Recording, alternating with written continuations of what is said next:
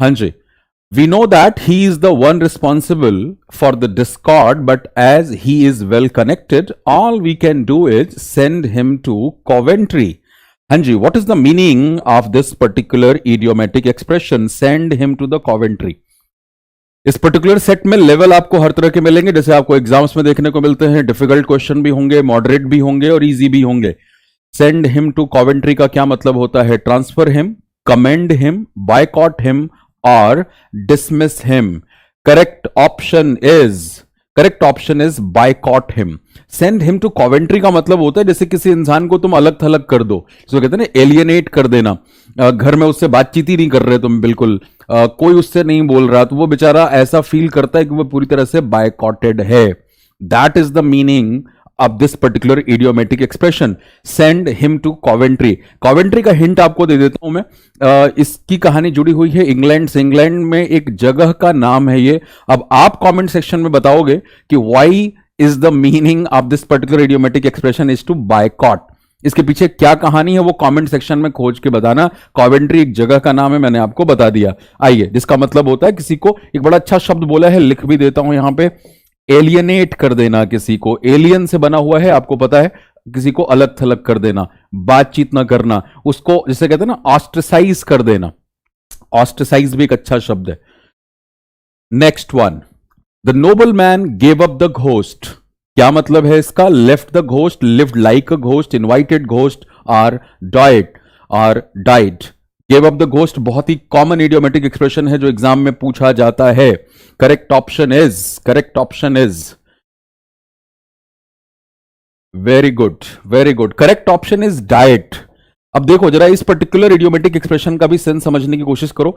Give up the ghost अगर living being के साथ इस्तेमाल होता है, किसी इंसान के साथ इस्तेमाल होता है, तो डेफिनेटली यहां पे सेंस आता है उसके डेथ से, राइट, एक्सपायर होने से, डेथ से. डेथ के लिए कुछ अच्छे हमारे पास यूफेमिस्टिक टर्म्स क्या हो सकते हैं? Like left for heavenly abode, touched the lotus feet, he is no more, passed away.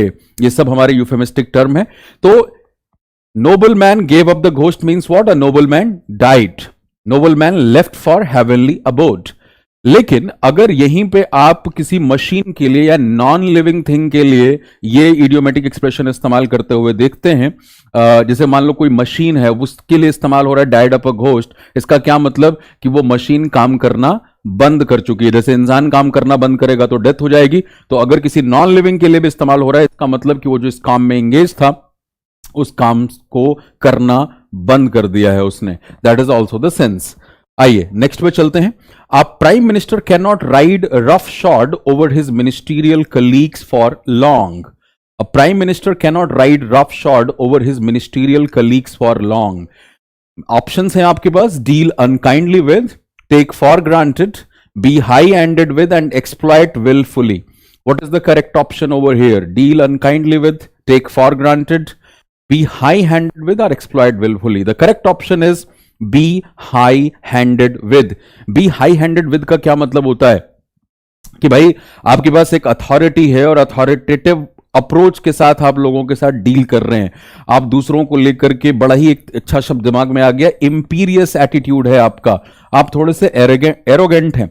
आपके पास जो पावर है उसकी मतलब एक क्या कहते हैं, धमक बना करके आप रखना चाहते हो, राइट. सो इंपीरियस बिहेवियर है आपका, आप हाई हैंडेड हैं. लिखा हुआ है prime minister can not ride roughshod over his ministerial colleague. जो साथ में उनके साथ काम करने वाले हैं, उनके मंत्रालय के जो बाकी मंत्री हैं, उनके साथ आप जाहिर तौर पे हाई हैंडेड होके नहीं हो सकते हो. साथ में काम करने वाले हैं, लेकर के आपको चलना पड़ेगा. करेक्ट ऑप्शन है यहां पे बी हाई हैंडेड विद. यानी जब आप ऐसे होते हैं तो आप स्कॉर्नफुल होते हैं. ये भी शब्द अच्छा आ गया. आपके बिहेवियर में डिसडेन नजर आता है, कंटेम्प्ट नजर आता है, right. So that is the meaning of ride roughshod. याद रखेंगे. आइए आगे चलते हैं. He was down in the mouth as he was defeated in elections. I think बहुत आसान है. मैंने कहा कि जैसे एग्जाम में आपको हर तरह के क्वेश्चन मिलते हैं, वैसे ही शुरू के 3 थोड़े से मुश्किल लग सकते हैं, बट ये बहुत आसान है. डाउन इन द माउथ का क्या मतलब होता है? इंसान जब चेहरा बेचारे का बहुत ही झुका हुआ हो, डिजेक्टेड फील कर रहा हो. देखो डिजेक्टेड में आपका जेक्ट रूट वर्ड आता है. जेक्ट का मतलब होता है थ्रो करना. यहीं से आता है प्रोजेक्शन, यहीं से आता है रिजेक्शन, यहीं से आता है डिजेक्शन भी, डी नेगेटिव हो गया, इंसान को उठा करके जिंदगी ने कोने में फेंक दिया है, is feeling dejected, depressed, down in the mouth का यही मतलब है। और देखो कॉन्टेक्स्ट दे रखा है आपको, he was down in the mouth as he was defeated in the election, चुनाव में हारने के बाद इंसान जाहिर तौर पर बहुत डिप्रेस्ड फील करेगा। दिस से join the army to drink life to the lees, थोड़ा पुराना इडियोमेटिक एक्सप्रेशन है, आजकल लोग यूज करते हैं बट रॉन्ग यूसेज है, फुलेस्ट का यूज करते हैं हम, live life to the fullest, बहुत बार एडवर्टीजमेंट में भी आपको देखने सुनने को मिलता है, बट वो फुलेस्ट जो यूसेज के अकॉर्डिंग देखोगे अगर तो वो करेक्ट नहीं माना जाता। But anyway this was the idiomatic expression जो पहले यूज होता था, अभी भी पूछा जा सकता है। लीड शब्द का मतलब समझ लो, what is the meaning of the word lees. Lees जो वर्ड यूज होता है ये यूज होता है आपके वाइन जब पीते हैं लोग, तो वाइन में लास्ट में जो बचा रह जाए, राइट, जो उसका बचा हुआ हिस्सा है लास्ट में, जैसे कोई भी आप ड्रिंक ले रहे हो तो जो ग्लास के में बिल्कुल लास्ट में बचा हो, दैट इज कॉल्ड लीज, और वो वाइन के कॉन्टेक्स्ट में यूज होता था। तो यहां पे क्या लिखा, to drink life to the lees, यानी कहते हैं ना अंतिम घूंट तक जीवन को पियो, तो वो वाला कॉन्टेक्स्ट यहां पे आ गया। So to have a life full of adventures, to have the best of life, to have the best of fun and fortune, to enjoy a life of drinking and dancing. What do you think? क्या लग रहा है? अब तो context आपको मिल गया। Live life to the fullest, जो हम यूज करते हैं इडियोमेटिक एक्सप्रेशन आजकल कैजुअल इंग्लिश में, इनफॉर्मल इंग्लिश में बहुत ज्यादा। So the correct option, you are right, किसके साथ जाओगे? C, to drink life to the lees, आखिरी घूंट तक। Next, the car in the backyard is proving to be a white elephant, बहुत कॉमनली यूज होता है to be a white elephant का मतलब क्या है? Very use item, costly and useless possession, very expensive in investment और useful material. What do you think? White elephant बहुत ही कॉमनली यूज करते हैं, बिल्कुल जी, बी करेक्ट ऑप्शन है। कॉस्टली एंड यूजलेस पोजीशन, कोई चीज बहुत महंगी भी हो और उसका कोई काम भी ना हो, उसे हम क्या कहते हैं? White elephant, white elephant, costly and useless position. Very good, आइए नेक्स्ट पे चलते हैं।